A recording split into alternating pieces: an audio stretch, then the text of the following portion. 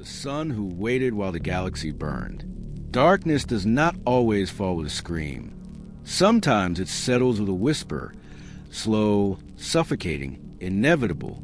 And in that darkness, one man waited, not dead, not alive, but dreaming of a future he could no longer touch. Long before he was hailed as Imperium's last hope, Roboute Guilliman was a builder in a galaxy addicted to war. His birth, like that of his brothers, the 20 Primarchs, was an act of divine ambition and cataclysmic failure. The Emperor of mankind, ruler of terror and architect of humanity's future, forged the Primarchs as perfect post-human generals. They were meant to be his instruments of unification. But the gods of the warp, those festering things that lurk in humanity's collective unconscious, scattered the infant Primarchs across the stars. Guilliman's capsule landed on Macridge, a planet nestled in the eastern fringe of the galaxy, far from the heart of Imperial power.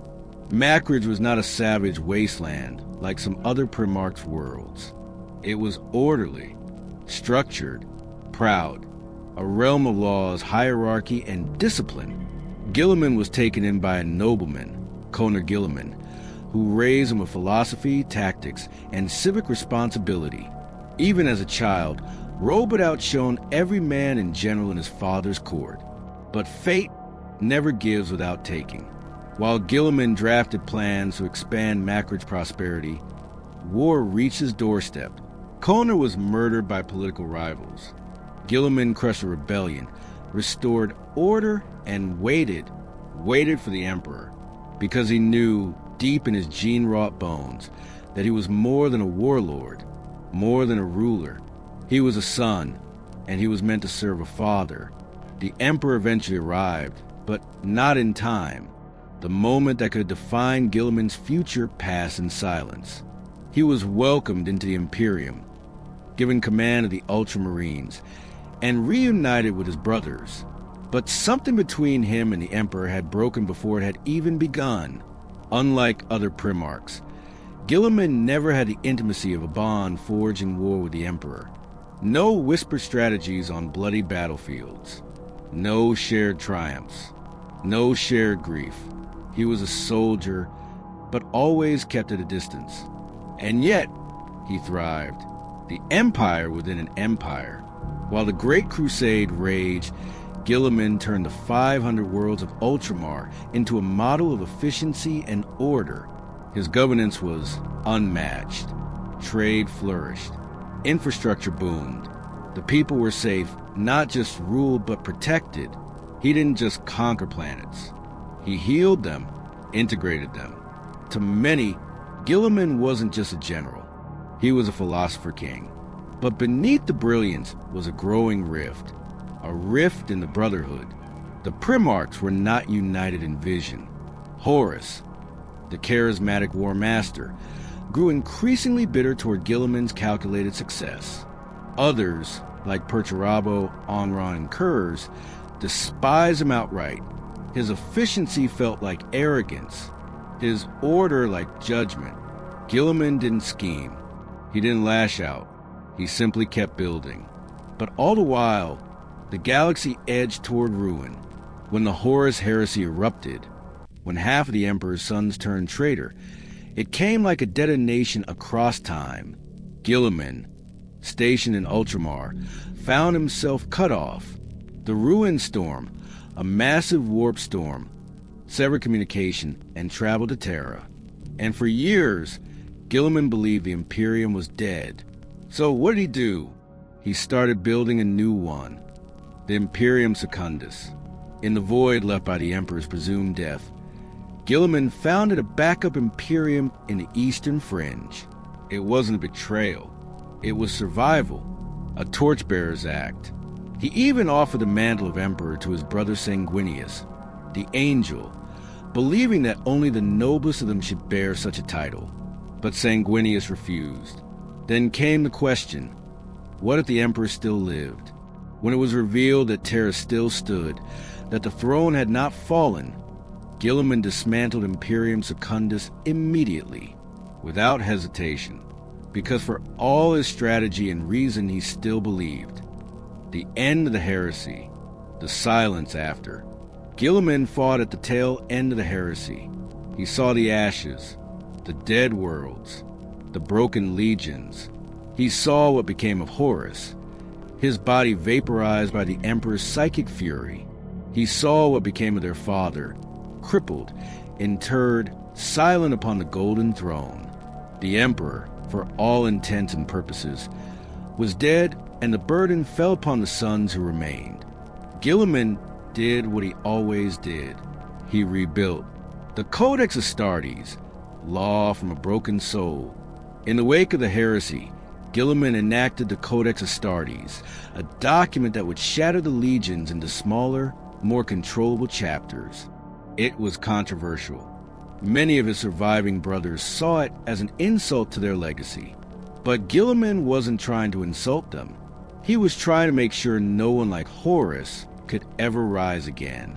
The Codex Astartes wasn't just a manual. It was an act of grief, bound in ink and blood. Then came the blade. On the world of Thessala, Guilliman faced his traitor brother Fulgrim, now a demon prince of Slaanesh. In their duel, Guilliman was struck by a warp-tainted blade, its poison freezing him in a state of suspended death. His body was entombed in stasis. And for 10,000 years, the Imperium existed without him. The worlds he built burned. The hope he represented flickered to near extinction. But he never truly died. He waited, and one day, the stasis field failed. The stars shuddered. The galaxy turned its gaze once more to the son of Macrage. He had returned. But he was not returning to the Imperium he knew. He was returning to a rotting corpse of an empire that wore his father's face, but none of his ideals. The son of Macrage. Thunder echoed through the marble halls of Macrage Civitas, not the kind born from storms, but from war, from steel, from destiny tearing itself loose from fate. In that moment, a boy stood at the center of history, unaware that the stars would one day kneel to his decisions or burn from them. Roboute Guilliman was not raised among the cold steel decks of void ships or the apocalyptic trenches of war-torn Terra. He was raised in civilization, born on the world of Macrage, one of the rare bastions of order and culture in a galaxy spiraling into anarchy. He was found as an infant by Conar Guilliman, the planet's ruling noble and a man of stern justice and civic pride. But Roboute wasn't just a lost child. He was a Primarch. His arrival had not been natural. The gods of the warped, mad, malicious beings of chaos incarnate had scattered the Emperor's 20 infant sons across the galaxy in an act of divine sabotage. Guilliman's pod crashed through the atmosphere like a comet, blazing in the night sky. The people saw it as an omen. Conar saw it as salvation. And perhaps it was. For in that moment, the balance of power shifted. The last hope of reason had landed. From the beginning, Guilliman was different. By age 10, he was mastering philosophy, political theory, military history, and economic reform. He wasn't just a prodigy. He was perfect, not in the soft, abstract way people say of talented children, but in the terrifying, clinical sense of optimized evolution. He remembered everything, understood systems instinctively, and, most crucially, he acted. By 16, Roboute wasn't merely a student. He was leading Macrage armies in defense against border threats. His tactics weren't bold for his age.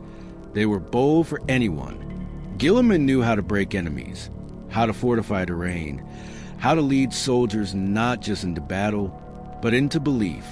His charisma was as sharp as a sword, and both cut deep. But every light cast a shadow. Conar's co-ruler, Galen, a man of greed and old aristocracy, feared the boy, and when Conar fell mysteriously ill, Galen seized a moment. In a single night, Guilliman's world was turned upside down. His adoptive father lay dying. Civil war exploded, and the boy Primarch, just 16 years old, crushed the rebellion with the cold fury of a god discovering wrath. He did not gloat. He did not relish. he restored order. Efficiently, brutally.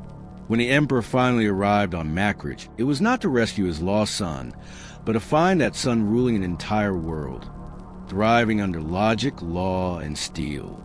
The Emperor saw Guilliman not as a mere asset, but as a revelation. This was what humanity could be. Disciplined, rational, purposeful, and so he gave him command, not of a world, but of a legion. The 13 Legion, the Ultramarines, had until then been a middling force, respected but not revered. That changed overnight. Under Guilliman's leadership, the Legion was reorganized, reshaped, reborn, not into berserkers or warlords, but into the perfect engine of civilization's advance. The Ultramarines became not just warriors, but governors, lawgivers, builders. Guilliman didn't simply conquer. He planned. Each world brought into compliance wasn't left in ruin. It was rebuilt. Economies were restored. Bureaucracies installed. Stability enforced. The Great Crusade under Guilliman's hand became more than expansion. It became the foundation. But even the strongest foundations can crack when poisoned from within, though Guilliman thrived in duty and law. His vision wasn't universally embraced. Some brothers, like Lorgar and Onron, saw his methods as sterile, his morality as cold. Where they sought spiritual dominion or glory in blood, Guilliman spoke of tax policy, civic training, and sustainable logistics. They mocked him, the Lord of Paper. They called him, but paper could outlast empires, and Roboute knew it. Still, Guilliman was not without flaw. His belief in order, in the strength of systems, made him blind to the rot already blooming within them. While he governed his domain of Ultramar with unmatched efficiency, chaos was already bleeding into his brothers' hearts. Seeds of rebellion had been sown. The War Master Horus was turning, and the galaxy was about to be ripped in half. Guilliman, despite all his foresight, never saw it coming, and that blindness would cost the Imperium everything. But we're not there yet. Not quite. For now, Guilliman stood atop the galaxy like a marble colossus, proud, unshakable, and righteous. His legion numbered in the hundreds of thousands. His empire within an empire, Ultramar, shone like a beacon of what mankind could be. Efficient, just, disciplined. But all the order in the universe means nothing when madness knocks at your gate. And madness was coming, wearing familiar faces, carrying legion banners. Chapter 3, The Fire That Came From Within. The sun of Kolth was serene. Blue skies arched above gleaming cities, unmarred by pollution or war. Children laughed in the courtyards. Administrators filed into pristine hab domes. A model world, a monument to order. And then the sky cracked open. Fire fell, and brother turned on brother with hate in his heart. There was no warning. Kolth, jewel of Ultramar, bastion of Guilliman's vision, was under siege. Not from Xenos, not from rebels, but from the 17 Legion, the word-bearers. Once kin, now monsters. For years, Lorgar, Primarch of the word-bearers, had simmered with resentment. His legion, obsessed with worship, had been reprimanded by the Emperor himself. Cities burned for their heresy, their icons shattered, and Guilliman had been the one to do it. Not out of hate, but out of law. He had shamed them, and shame, left to fester, becomes vengeance. Lorgar had embraced the warp, had fallen to chaos. And while Guilliman busied himself with rebuilding the galaxy, Lorgar planned a war to unmake it. Kolth was his opening move. The word-bearers had deployed alongside the Ultramarines under the false banner of Brotherhood. They shared camps, ate together, planned campaigns, and then at the signal they struck. From within, point blank, the betrayal was surgical. In moments, Guilliman's vision was soaked in blood. Orbital bombardments ravaged the planet's surface. Virus bombs turned entire districts into oceans of filth and death. Word-bearer chaplains preached madness and summoned demons from the air itself. The Ultramarines, disciplined, structured, were thrown into chaos. But they did not break. Guilliman, caught light years away, was paralyzed. His communications with Kolth were severed by warp storms. His empire within an empire was being torn apart, and he could do nothing but watch. For a Primarch who had planned everything, this was his nightmare made real. When the warp cleared, he descended. What he found was not a battlefield, but an apocalypse. Kolth's surface was irradiated, its cities smoldering craters. Millions of citizens lost. Tens of thousands of Ultramarines dead or corrupted. The planet would never see sunlight again. Its people would live beneath the ground for the rest of their lives. And Guilliman, for the first time, felt rage. Not the cold anger of a betrayed tactician, but the existential fury of a god made mortal. His ideals, logic, order, reason had been spat on by his own brother, with the help of demons. The galaxy he thought he was saving was already gone. This was not a war of conquest anymore. This was a war of annihilation. It was on Kolth that Guilliman truly grasped the truth. The Horus Heresy had begun. The War Master Horus, first among the Emperor's sons, had fallen to chaos. And he was not alone. Fulgrim, Angron, Mordorion, Magnus, Lorgar, at least half the Primarchs had turned. The legions were burning the Imperium from within. Guilliman, isolated in the eastern fringe, was surrounded by fire, and the Emperor was silent. No orders came from Terra, no guidance, no salvation. The warp was choked with storms. Guilliman had assumed the worst, that the Emperor was dead, that the Imperium had already fallen. So he did what he always did. He rebuilt. Ultramar had been gutted, dozens of its worlds destroyed or overrun. But Guilliman did not despair. He fortified, mobilized, created a second empire, a bulwark against madness, the Imperium Secundus. It was controversial, dangerous, even heretical. But Guilliman saw no other option. Someone had to preserve humanity. Someone had to survive. And if Terra had fallen, then perhaps the future of mankind lay not in ruins, but in Ultramar. Yet even here, within his new empire, fate tested him.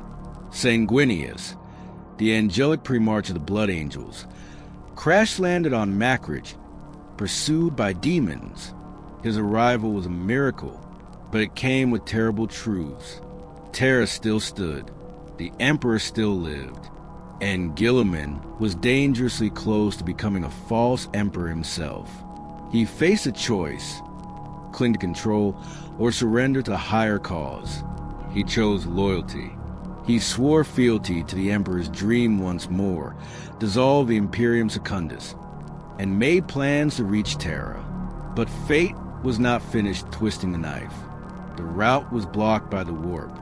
The heretics controlled the stars. Guilliman's Ultramarines were powerful, but isolated. He had to cross a galaxy of blood to save a father who might already be dead. But even as the walls closed in, Roboute Guilliman did not waver. He was not just a warlord. He was the Imperium's spine, the shield, the mind that refused to bend. And though his dreams had burned on Kolth, the fire inside him had only grown. The heresy had come, and Guilliman, survivor of betrayal, steward of a dying empire, was about to become one of the last hopes humanity had left. The ashes of unity, the echo of boots on marble. That was all Roboute Guilliman heard as he walked the halls of what once had been a symbol of unity, the Imperial Palace. A throne world of gold now veiled in ash. Statues of warriors long dead loomed like silent ghosts.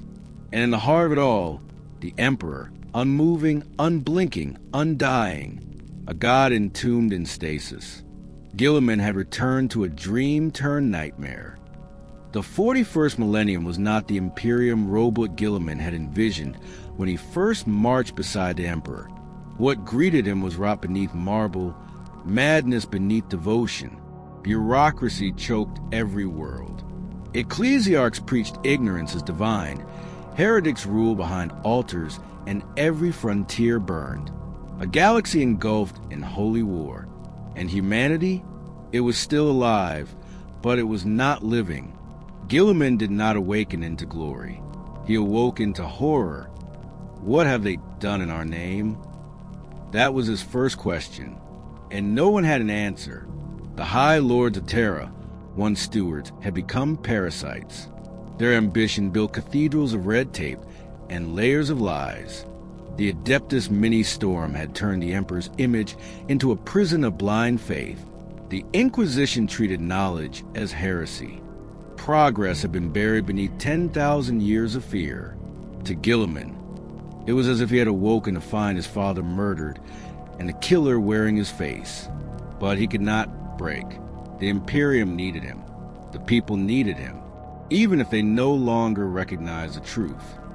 He walked among mortals like a figure of myth, 10 feet tall, armored in relics of a vanished age, eyes burning with cold reason. Worlds bowed at his feet. Billions cheered. But inside, Roboute Guilliman burned with questions. What is loyalty without understanding? What is duty when truth has been exiled? What is hope in a galaxy without light? And then came the voice. The Emperor spoke, not with words, not with lips, but through psychic fire, through pain, through will. Guilliman knelt before the golden throne and reached into the storm of the Emperor's mind and was nearly torn apart.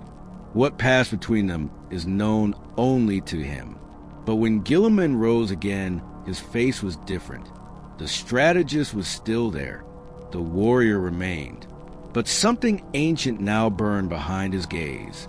He had been given a mission, and it was clear the Imperium must survive, not as it was, but as it must become. The Indomitus Crusade was born. 12 crusade fleets, millions of soldiers, entire forge worlds mobilized, the largest imperial offensive since the Great Crusade. Guilliman was not resurrecting nostalgia. He was dragging a corpse empire back to its feet, kicking and screaming. The Primarchs Marines were unleashed, taller, stronger, crafted by call under Guilliman's reluctant approval. Entire chapters reforged, thousands more created. Guilliman did not have time for sacred traditions. He had a galaxy to save, but not everyone accepted him. The Adeptus Custodes watched him with golden suspicion. The Ecclesiarchy seethed behind their prayers. Even some space marines, sons of other legions, resented his commands. He was a living relic walking into a world that had evolved without him. But Guilliman did not seek love. He sought function, order, unity. He imposed discipline like a scalpel to cancer. The administratum was restructured. The High Lords were reined in. Propaganda was replaced with strategy. And where the rot ran deepest, he burned it out. But war never paused. Chaos surged like a tidal wave, led by his fallen brother, Mortarion. The Plague Wars began. In Ultramar, Guilliman fought not only for worlds, but for the very soul of his realm. Mortarion, the demon prince of decay, sought to poison everything Guilliman had preserved. But this was not the Roboute of the Great Crusade. This was a returned son, the God-Slayer's heir. He did not falter.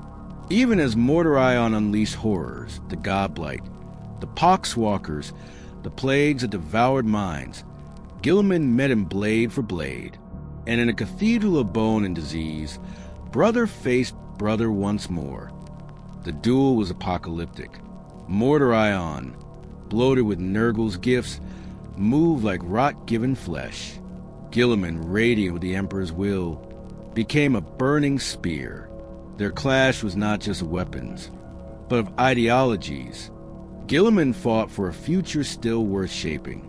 Mordorion fought to end all futures. At the peak of that horror, Mordorion struck Guilliman with the Godblight, a corruption meant to kill even gods. Guilliman fell, but he did not die. The Emperor intervened. In that final moment, divine light flooded Guilliman's dying body. The Emperor's will, the same will that had built an empire, ignited within him. He rose, blazing with celestial fire. Mordorion fled. The tide was broken. The plague world would rot, but it would not claim Guilliman's soul. An Imperium? It was a miracle. Whether it was a truth or just myth reborn didn't matter. Hope had a face again. But Guilliman knew the truth. This was only the beginning. The Imperium was a decaying Leviathan, and he was just one man with a torch, walking its endless, blood-stained corridors. Still, he would walk, because in the grim darkness of the far future, there is only war. But if there could be a sliver of strategy, a fragment of order, a whisper of hope, then perhaps the Imperium might not merely endure. It might change. And that terrified everyone, because if Roboute Guilliman could change the future, he could also end the past. The plague of yesterday. The sky bled green over Ix, and Roboute Guilliman watched a garden die. Once a jewel of Ultramar, peaceful, orderly, pristine, now reduced to mulch beneath the plague god's heel. His gauntlet trembled slightly, not from fear, from memory. He remembered Ix before the rot, a world of healing and recovery. Veterans nursed to strength, children growing without sirens. It had once embodied everything Guilliman had hoped for when he created the 500 worlds, places where the Imperium could truly live, not just survive. Now, Nurgle had other plans. The plague wars were more than battles. They were desecrations. Mordorion, once his brother, now his mirror shadow, wasn't simply trying to conquer Ultramar. He was trying to unmake it. Each world infected became a message, each plague a sermon. The god of decay did not scream like Khorne or whisper like Sench. He laughed, gently, like a grandfather as his grandchildren drowned in pus. And Guilliman, for all his logic and tactics, was drowning too. What's the use of rebuilding a corpse? That question haunted him as his crusade pushed into plague-held systems. He saw what the Imperium had become more clearly than ever, and sometimes he questioned if it deserved to be saved. Priests declared plagues divine punishment. Commanders worshipped their superiors more than they obeyed orders. Even some Astartes began to forget why they fought, reciting catechisms instead of engaging strategy. Guilliman was trying to save an empire that did not understand him. Worse, it didn't want to. Yet he pressed on. Every battle became a desperate act of triage. He didn't just command from orbit. He descended into hell alongside his sons. The Ultramarines, reeling from the past 10,000 years, rallied under his leadership. Newborn Primarchs chapters joined them, fresh, unburdened by the scars of heresy, but still unsure of their place in the shadow of history. It wasn't unity. It was momentum. And sometimes that was enough. Then came the Garden. IAX, Mortarian's grandest desecration. Where once life bloomed, now even the air rebelled. Guilliman led the charge personally. The Garden of Nurgle wasn't just a battlefield. It was a sentient disease. Vines choked tanks. Spore clouds screamed. Demons sang lullabies that killed. And Guilliman? He endured. Through blade and fire, faith and fury, he carved toward Mordorion. The final confrontation loomed again, but this time, something had changed. Guilliman felt it. So did Mordorion. Brotherhood had turned to entropy. Mordorion, twisted by millennia of corruption, still spoke as though the heresy had happened yesterday. He blamed the Emperor for his fate. He accused Guilliman of hypocrisy, of blind loyalty. But Guilliman had no time for nostalgia. He answered only with wrath. Their duel shook reality. Guilliman, clad in the armor of fate and wielding the Emperor's sword, moved with divine precision. Mortarion, bloated and reeking of death, countered with brutal inevitability. It was not just a clash of weapons. It was a war of meaning. Order versus decay. Memory versus oblivion. And then came the Godblight. Mortarion unleashed Nurgle's greatest plague, crafted to slay gods.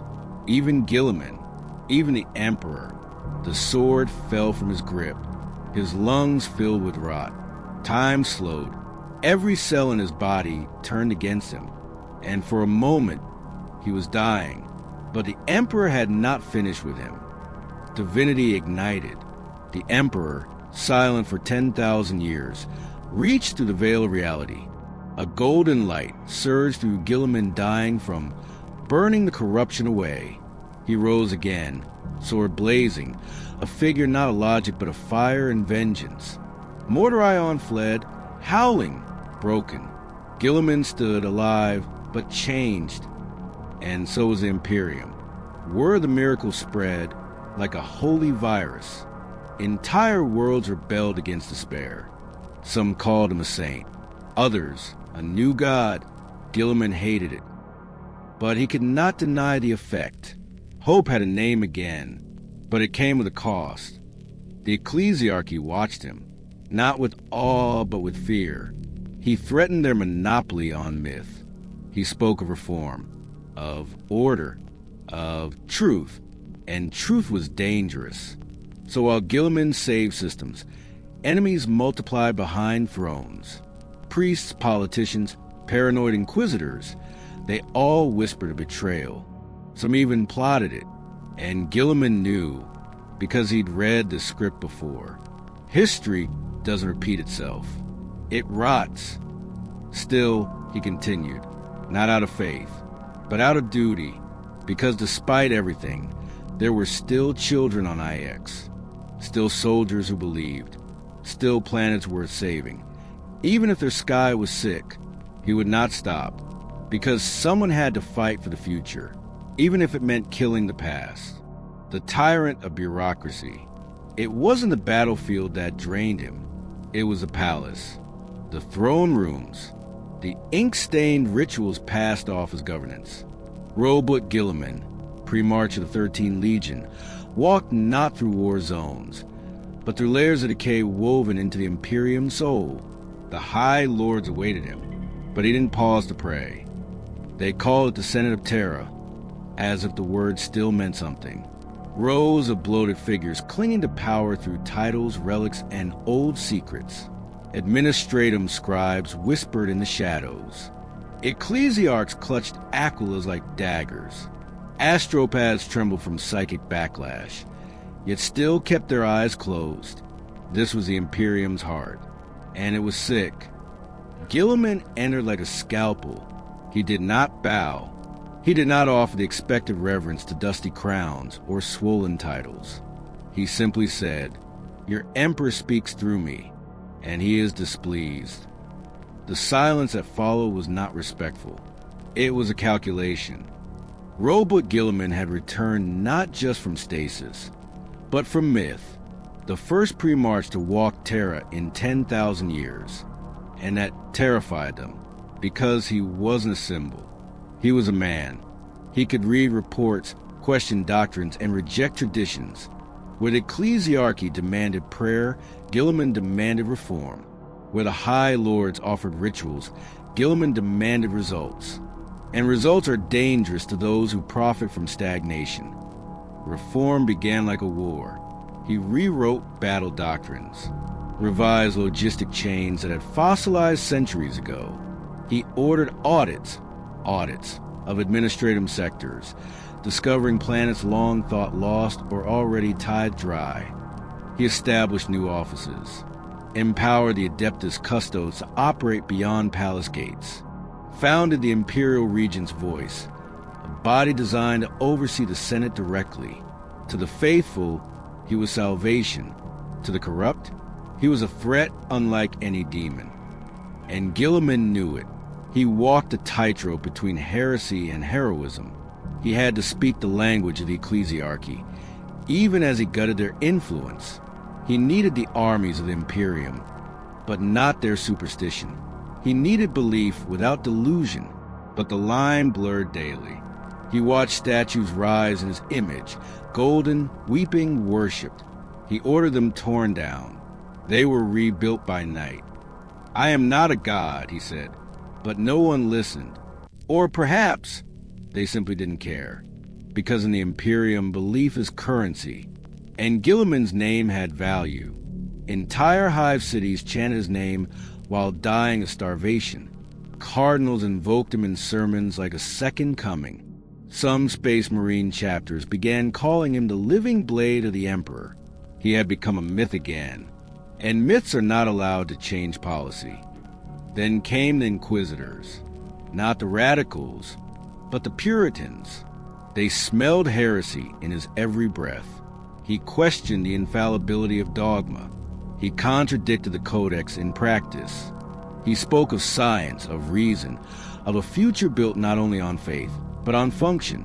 To them, Guilliman was a threat not because he was corrupt, but because he was clear. He survived the assassins. Barely.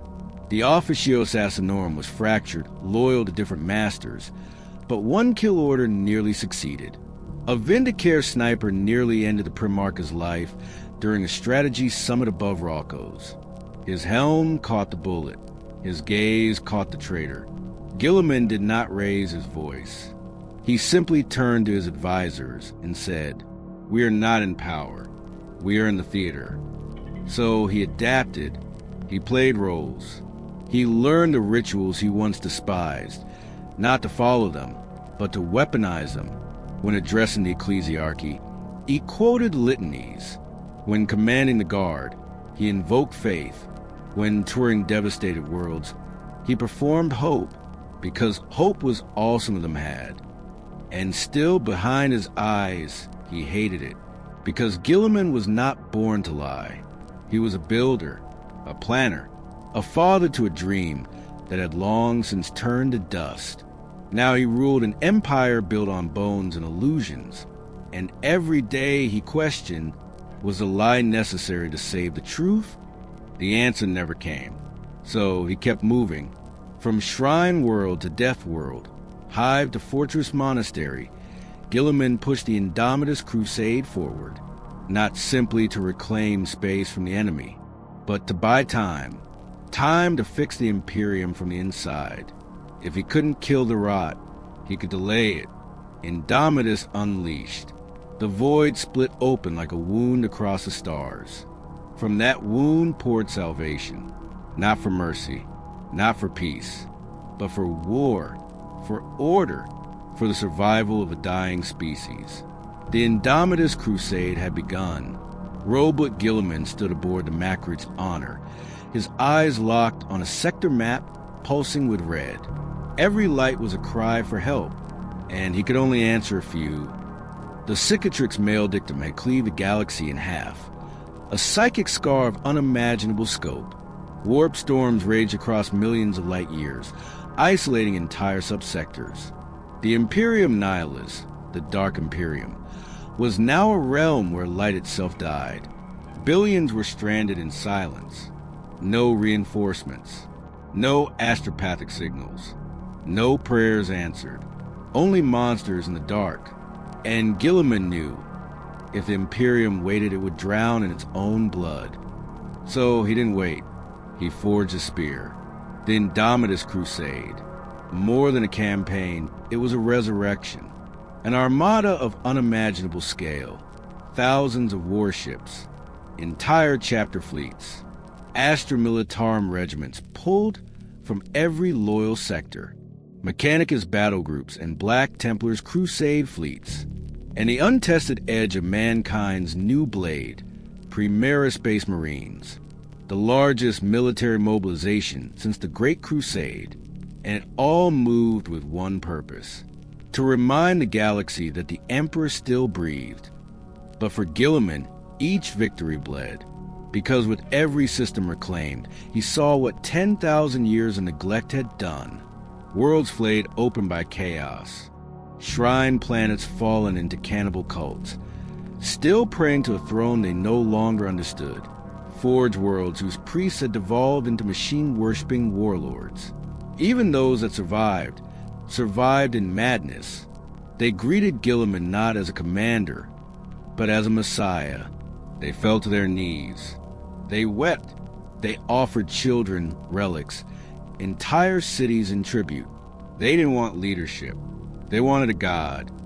And every time, Guilliman had to remind them, I am not your god. I am your servant. But the more he said it, the more hollow it sounded. Because when he looked back, even his own armies, his own sons, were beginning to believe otherwise. The Primarchs Marines, for all their strength, were unrooted. Created by Belisarius' call under mysterious circumstances, they had no homeworlds, no traditions, no memory of the legions. They were perfect soldiers, obedient, unyielding. But Guilliman could see it in their eyes. They didn't know who they were. They recited the Codex like scripture, followed commands without flaw, but they lacked the culture, the soul that had once defined a chapter. So Guilliman made a choice.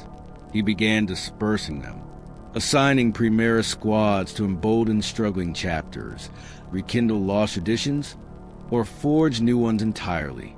Some chapters welcomed them, others didn't. The Dark Angels refused integration outright. The Space Wolves nearly came to blows. Even among the Ultramarines, whispers formed. Were these true Astartes or lab-grown imposters? Guilliman had no time for those doubts, because the Indomitus Crusade was moving too fast. Each system brought fresh horrors. A hive world ruled by a demon wearing the skin of a child emperor. A penal moon where the prisoners had fused into a single organism worshipped by its wardens. A Mechanicus data vault where the machine spirits screamed in high Gothic. And still, he pressed forward. Cadia was gone. Let that sentence settle like a coffin lid. The bulwark against chaos, the fortress world that held the Eye of Terror at bay for millennia, was ash. Guilliman saw its remnants from orbit, shattered plates of land drifting like corpses in vacuum. And yet, the survivors still fought, still wore their tattered Cadian uniforms with pride. One general saluted him through a shattered rebreather and said, Cadia stands, Lord Guilliman. He didn't correct her, because sometimes lies are armor. As the Crusade pushed further into the Dark Imperium, its victories became harder won. The forces of chaos were not passive. The opening of the Great Rift had been no accident. It was the design of the archenemy. The Chaos Gods now moved openly, their champions empowered by the raw tides of the warp. And among them, Mordorion, Guilliman's own brother, twisted by Nurgle, a walking graveyard of disease and despair. They met above the world of Ix, once a garden world, now a plague world. Guilliman's drop pod hit the soil like a meteor. His honor guard followed, blades drawn, shields raised. The plague marines waited in silence. Then Mordorion descended, clad in rusted plate, side trailing filth through the air, wings spread wide like a corpse angel. Where Guilliman radiated order, Mordorion oozed entropy. Their duel was a clash of futures. Guilliman fought for reason, for law, for hope. Mordorion fought for decay, for rot, for the death of meaning itself. Their blades rang like chimes of dying stars. Every strike was a choice. Every parry is a denial. Guilliman fought not only Mordorion, but the shadow of his own doubts. What if the rot couldn't be cured? What if the Imperium couldn't be saved? But then he remembered the words of that Cadian general. Cadia stands. And with that he struck. He wounded Mordorion, drove him back. He didn't win, but he didn't lose. And in the Dark Imperium, That was enough. The Indomitus Crusade would eventually slow. Resources dwindled. Supply lines frayed. The warp refused consistency. Guilliman was forced to declare the Crusade's first phase ended, not in defeat but in necessity. But by then, he had achieved the impossible. Worlds once thought lost had rejoined the Imperium. The Adeptus Astartes had been reforged and reforged again.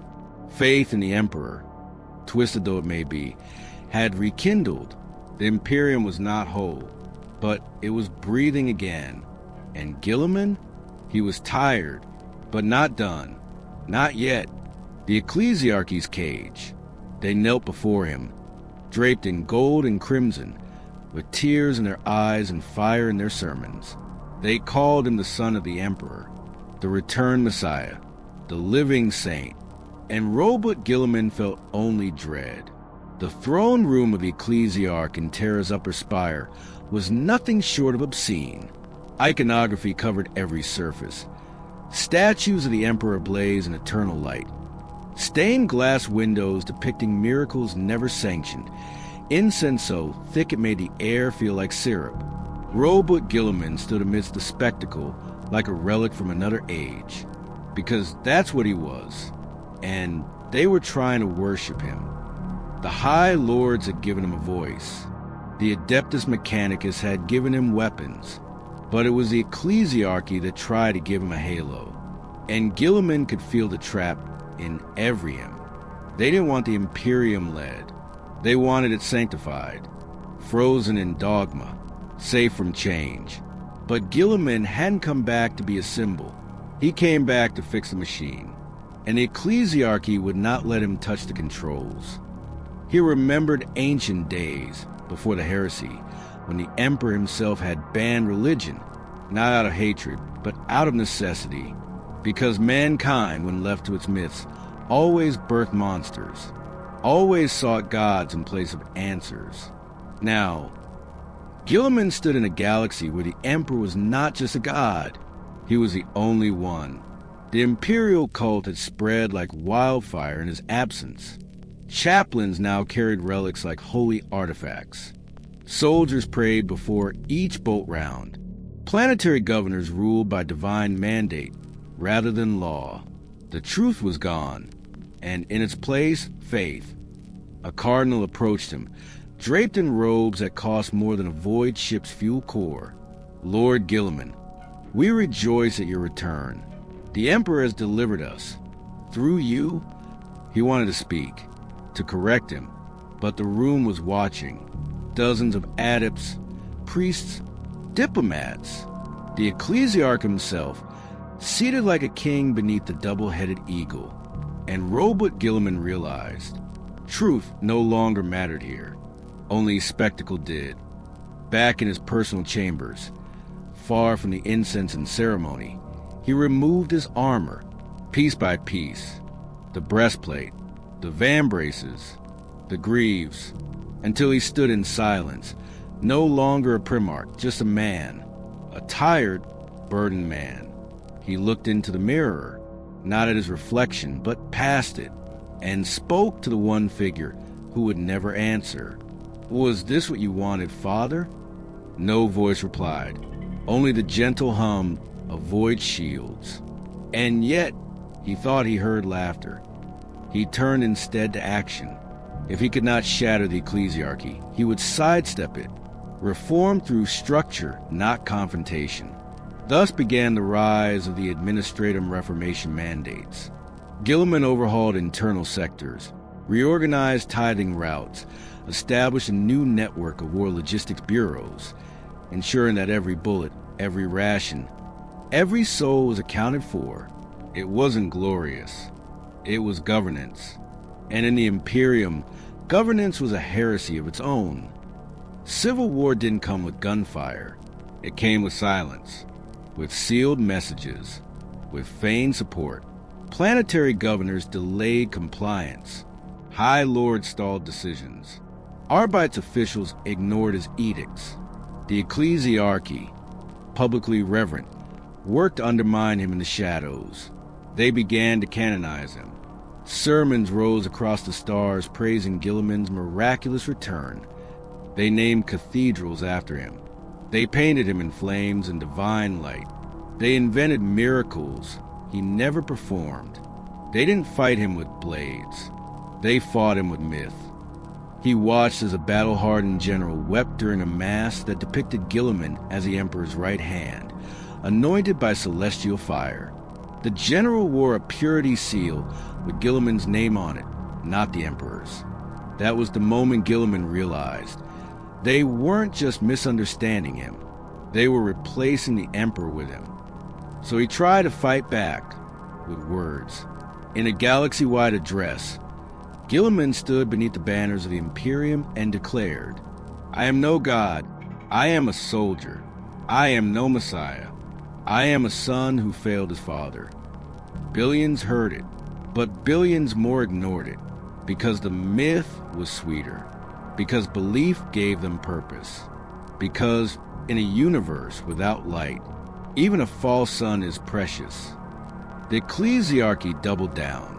They began crafting liturgies about his trials, hymns that spoke of Guilliman's endurance in the face of heresy, sermons that declared his resurrection, the second coming of the Emperor's will. He saw entire shrine worlds turn themselves into temples of Guilliman. It made him sick, and yet it worked. The cult of the Emperor was rekindled. Enthusiasm surged. Regiments fought harder, longer. Planets resisted the warp with renewed conviction. It was a lie, but it was a functional one. And Guilliman, for all his principles, found himself caught between truth and survival. In private, he consulted with trusted advisors, tech priests, rogue traders, Astartes commanders. "Should I stop this?" he asked. Some begged him to. Others said it was too late. A few, like the Black Templars, simply said, "It is your destiny." And Guilliman, in his heart, feared that destiny had already replaced duty. He wrote a new version of the Codex Imperialis, not for war, but for governance, a document not of doctrine, but of order, a blueprint for unity, not faith. But few read it, even fewer obeyed it, because belief spreads faster than law. And in the age of the Imperium, the pen was no longer mightier than the prayer. He stood once more beneath the burning statues of the ecclesiarchy's palace, listened to the chants, watched as children were baptized in his name, and whispered to himself, "This isn't salvation. It's a gilded cage." But there was no door, and no key, only the bars he'd helped forge. Shadows of a broken galaxy. The stars had changed. Guilliman stood on the bridge of the Macrid's Honor, gazing out into the churning abyss beyond the viewport. The void was no longer still, no longer black. It flickered with pulses of unnatural color, bleeding red and violet and sickly green. The warp was not just close. It was leaking. The galaxy he had once known, the Imperium he had bled to build, was now carved in half. The Cicatrix Maledictum, the Great Rift, had torn reality asunder, and through that rift came monsters. Warp storms howled across entire sectors. Astropathic communications vanished in silence. Supply lines snapped like brittle cords. Planets once considered bastions of strength were now ghosts, their populations either gone mad or simply gone. Roboute Guilliman had seen many wars, but this was a collapse wearing the mask of an empire, and he was its last hope. He moved his campaigns like a surgeon wielding a scalpel. Each step was deliberate, each victory calculated. This was the Indomitus Crusade, mankind's last coordinated effort to reclaim a dying galaxy. Over 1,000 warships, millions of troops, Astartes drawn from every surviving chapter, Scitarii legions, Sisters of Battle, Titan maniples, even rogue Xenos mercenaries bought with blood oaths and desperation. But Guilliman knew this was not conquest. It was triage in one system. He found a forge world that had turned its entire population into servitors, believing organic life was heresy. In another, a shrine world where millions had crucified themselves in anticipation of the Emperor's return, convinced Guilliman's resurrection was the end of days. Even some Astartes chapters have fractured into fanatical cults, their gene seed twisted by unclean rituals born of isolation and fear. This was the Imperium now, a shattered realm clinging to faith, madness, and fire. And amidst it all, the Tyranids came. In waves, hive fleets evolved to avoid Imperial detection, tunneling through gravitational anomalies and masking themselves with warp shadows. Their bioweapons were faster, smarter, hungrier. They learned. They adapted in one battle. Guilliman watched as an entire planet's defense grid was rerouted by Norn queens who had absorbed Mechanicus code language. "They're not animals anymore," he whispered to his command staff. "They're planners." And that terrified him more than demons. But it was not just alien jaws and demonic claws that threatened the Crusade. It was the Imperium itself. Fragmented, suspicious, jealous.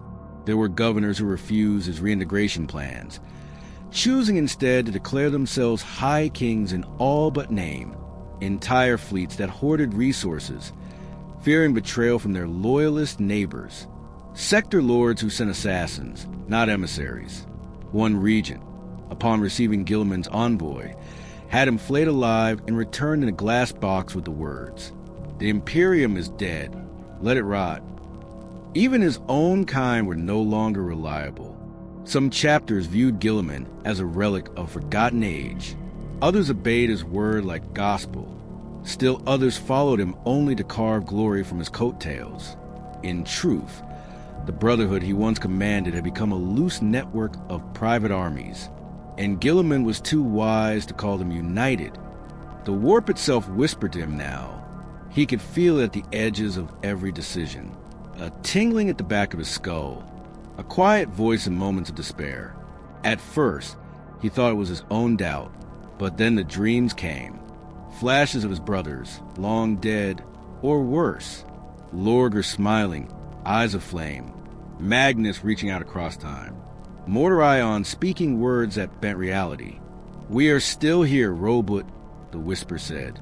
"And we remember." He meditated longer, slept less, fought harder. He buried himself in strategy, hoping action could drown out the whispers. And still, the rift pulsed across the stars, visible even in daylight on some worlds. The Cicatrix wasn't just a wound. It was an eye, and Guilliman feared it was starting to blink. Then came the rumors, the return of the lion, the strange stirrings from Bile, murmurs from a Maelstrom and Ultramar, and stranger still, sightings of Eldari seers traveling with humans, speaking of prophecy and unity. For the first time in 10,000 years, fate itself seemed to be moving again, not just surviving, changing. And Guilliman, the loyal son, the last Primarch, realized something that chilled him. He was not the only player on the board anymore. On one campaign, he found a pre-imperial civilization somehow hidden in stasis for millennia, untouched by warp, by demons, even by time. They asked no questions about the Emperor. They simply demanded, "Why should we kneel?" And Guilliman had no answer. He spared them. Then I left them, and wondered how many more questions the galaxy would ask that he could no longer answer. On Terra, he was feared for his ambition. On campaign, he was worshipped for his victories. But inside, Roboute Guilliman was fracturing because the dream was dead. The Imperium wasn't a kingdom. It was a tomb, and all he could do was patch the walls while the galaxy burned. Yet he did not stop. He would not stop.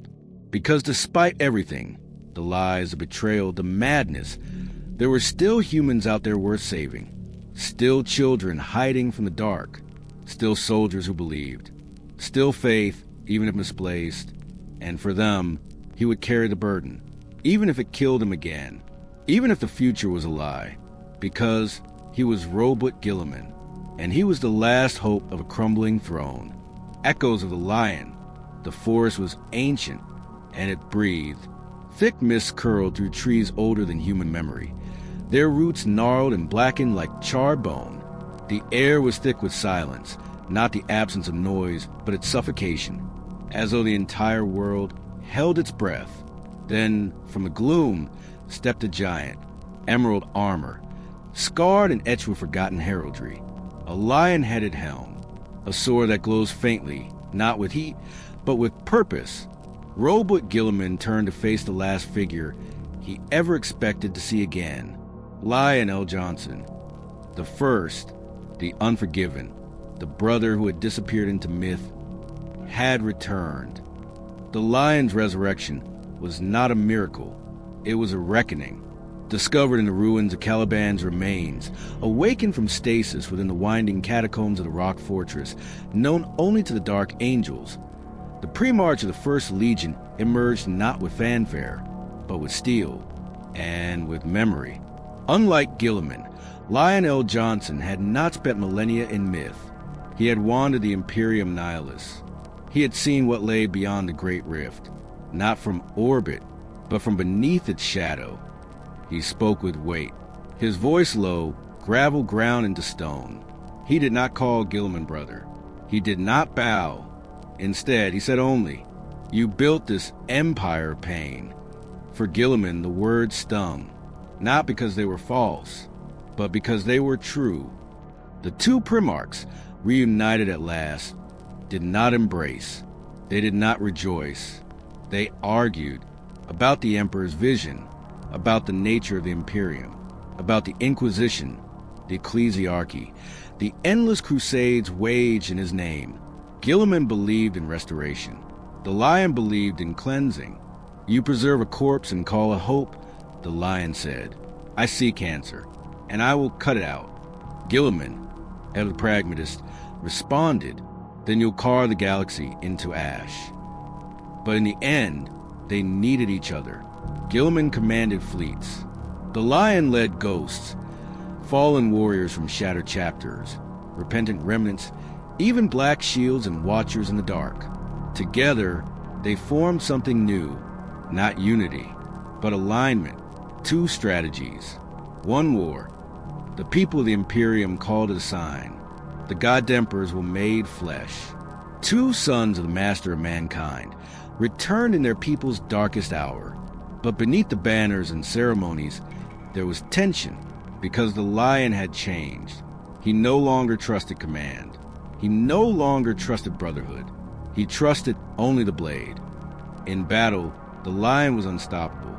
On the ruined hive world of Dalman Prime, he led a charge of only 50 against a demon-infested fortress, and slew a keeper of secrets with his bare hands. On the tomb world of Vordax, he fought alongside Guilliman to reclaim a lost forge temple, only to execute the Muggos Prime afterward for heretical gene manipulation. When Guilliman protested, the lion simply said, "Rot must be burned, not studied." Their differences grew more pronounced with each campaign. Guilliman sought diplomacy when he could, treaties with Forge Worlds, compromises with rogue traders, even temporary ceasefires with Eldari if it meant survival. The lion saw compromise as betrayal. To him, humanity was being tested. Only the strong and the pure should survive. Where Guilliman sought to save the Imperium, the lion wanted to purge it. Yet, Guilliman could not deny the effect his brother had on the battlefield. Hope surged where the lion appeared. Fear spread among Xeno's fleets, demonic cults, and traitor warbands. Even the Night Lords abandoned a campaign mid-assault after intercepted Vox signals confirmed L. Johnson's presence. But with every step forward, Guilliman asked himself, what happens when we run out of enemies, and all that remains is ourselves? The final fracture came during the siege of Indirax. A planet on the edge of the rift, once a beacon of loyalist faith, had been corrupted by a Tientian cult from within. Guilliman ordered containment, precision strikes, exorcists, psychological regiments, reconstruction efforts. The Lion waited until Guilliman's fleet was diverted, then glass-bombed the planet. No survivors, no cult, no recovery, only ash. Afterward, Guilliman confronted him. You slaughtered billions. They were already dead, the lion said. You're just too blind to see it. You're not saving humanity. You're thinning it, and you're feeding it into the jaws of ruin. It was then Guilliman realized the truth. His brother wasn't here to lead. The lion was here to judge, not just the Imperium, but Guilliman himself. And that judgment, when it came, would not be through words. It would be through war. Still, they did not separate. Not yet, because both knew the greatest storm had yet to break. The rift widened. The warp grew hungrier. And in the deepest corners of the galaxy, something woke. Neither of them said it aloud, but both had heard the whispers. Horus was only the first. The true war was yet to come. And when it did, Guilliman feared it wouldn't be fought side by side. It would be fought between them. The fractured angel. He doesn't bleed like us anymore. The words came from a dying soldier. His face scorched, his armor cracked, his hands trembling from hours of trench fighting. He had seen Guilliman walk through fire, wreathed in golden light, his sword carving through demons as if the warp itself feared him. To the common man, the Primarch had become more than mortal, but beneath the godlike exterior was a man splitting down the middle, a man forced to wear divinity like a mask. Since his resurrection, Guilliman had been at war with more than just heretics and Xenos. He was at war with faith. Not faith in the Emperor as a unifying ideal, but faith in the Emperor as a god. Across every world he liberated, he saw temples, blood-stained altars, saints carved into cathedrals, and prayers screamed into the void of space. The Imperium had become a religion, not a civilization, and Guilliman was its messiah, a role he despised. In private, he raged. He tore down statues of himself on conquered worlds. He had entire sermons censored, ecclesiarchs reassigned, or quietly disappeared. He tried to ban the chanting of his name before battles, but it didn't matter. The people didn't want a general. They wanted a savior. They needed someone to believe in, someone who could stare into the warp and not blink, who could promise victory in a galaxy that had forgotten what that word even meant. And Guilliman, despite all his logic, his strategic brilliance, his icy discipline, was slowly being swallowed by that belief. He began to see it in the eyes of his soldiers. Not just loyalty, worship. He began to feel in the air around him, how it bent during battle, how fate seemed to curve his favor. Lost shots missed him by inches. Warp storms parted before his fleet. Some began to whisper that he was touched by the Emperor. Others said he was something more. Guilliman hated it because he knew the truth. He wasn't divine. He was broken, haunted by the heresy, tormented by the memory of his fallen brothers, carrying the weight of 10,000 years of rot and ruin on his shoulders. He didn't want to rule the Imperium. He wanted to save it. But to save it, he had to become the very myth he once condemned. And it was killing him. The pressure reached a breaking point on the world of Lethe's crown. A shrine world engulfed in hysteria after rumors spread that Guilliman would visit personally. Millions gathered. Entire cities stopped functioning. Families gave up their children to the church for the chance of divine favor. Some self-immolated in the streets, hoping to purify themselves before the angel's arrival. When Guilliman finally landed, he was met with a parade of archdeacons and torch-wielding pilgrims. A man threw himself beneath the Primarch's transport in tears, screaming, "Spare us, angel. We are unworthy." Guilliman couldn't take it. He ordered the shrine complex evacuated. When the ecclesiarchs resisted, he declared martial law. The astropaths stopped transmitting. The airfields closed. Thousands were forced from their homes at gunpoint just to allow Guilliman the chance to walk alone. He entered the central cathedral and stood before a statue of the Emperor, 30 meters tall, gold-plated, painted in blood and crowned with fire. He looked up and spoke aloud. "Is this what you wanted?" he asked. "Is this your Imperium?" The silence in that cathedral was colder than the void. Guilliman stepped closer to the altar. "You abandoned it. You abandoned us." Still, no answer. just a flicker of firelight, the wind through broken stained glass. And then something moved, not in the statue, not in the air, but inside him. A whisper, not a sound, but a thought, a presence, something ancient and watching. Guilliman stepped back, pulse hammering, heart threatening to seize. He didn't believe in gods, but at that moment, he wasn't sure what he was anymore. Later, when he returned to Fleet, he didn't speak of it, not to his officers, not to his brothers, not even to the custodians who guarded him day and night. But something in him had changed. He began to make decisions faster. His eyes seemed to glow longer after battle. He stopped correcting his soldiers when they called him Lord of Light. He had crossed a threshold, and he wasn't sure he could ever go back.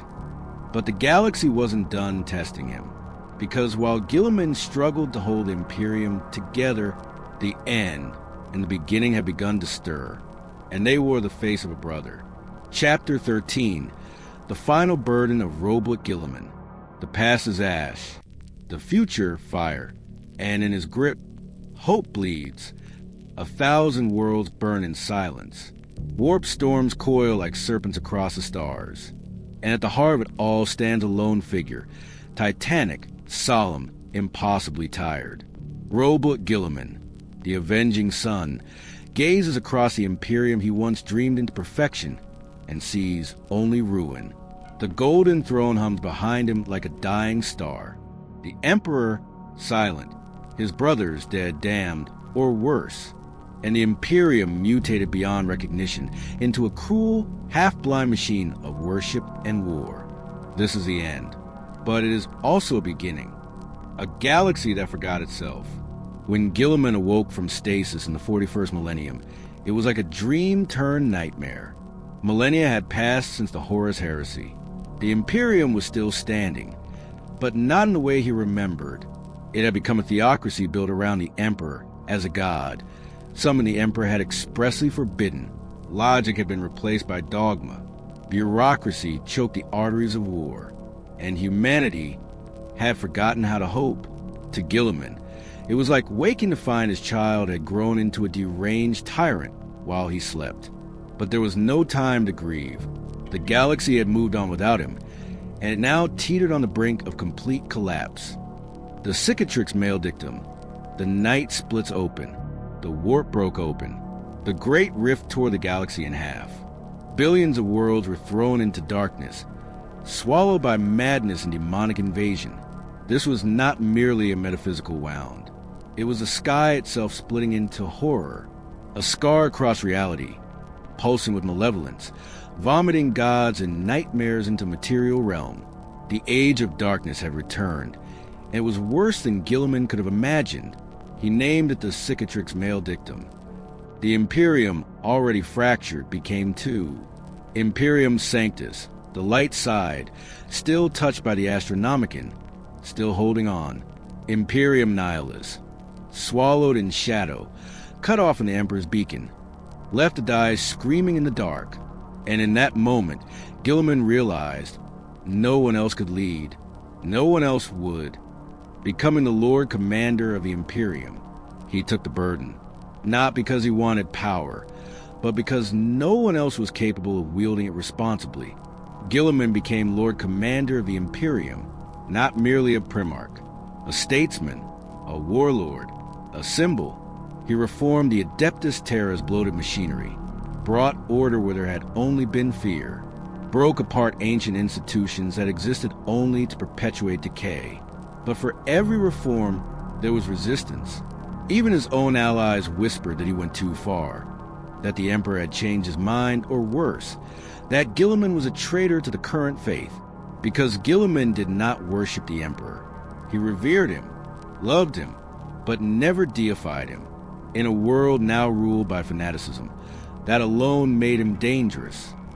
The Plague War and the return of Mordorion. The gods do not sit idle when mortals rise. Guilliman's resurgence sparked chaos in the Imperium, and as the Imperium tried to heal, the forces of chaos struck with apocalyptic fury. Mordorion, his brother turned demon prince, led the Death Guard across Ultramar. It was not war, it was desecration. Planets fell to plague. Populations twisted into walking corpses. Guilliman faced Mortarion not just as an enemy, but as a brother he could no longer save. Their duel on IAX was nothing short of myth. Blade clashed with scythe. Nurgle's filth against the fury of reason. Guilliman was nearly undone by disease, madness, and despair. But he endured, wounded, scarred, but alive. Mortarion fled back into the warp, but the message was clear. The gods had noticed Guilliman, and they would not let him restore humanity without a fight.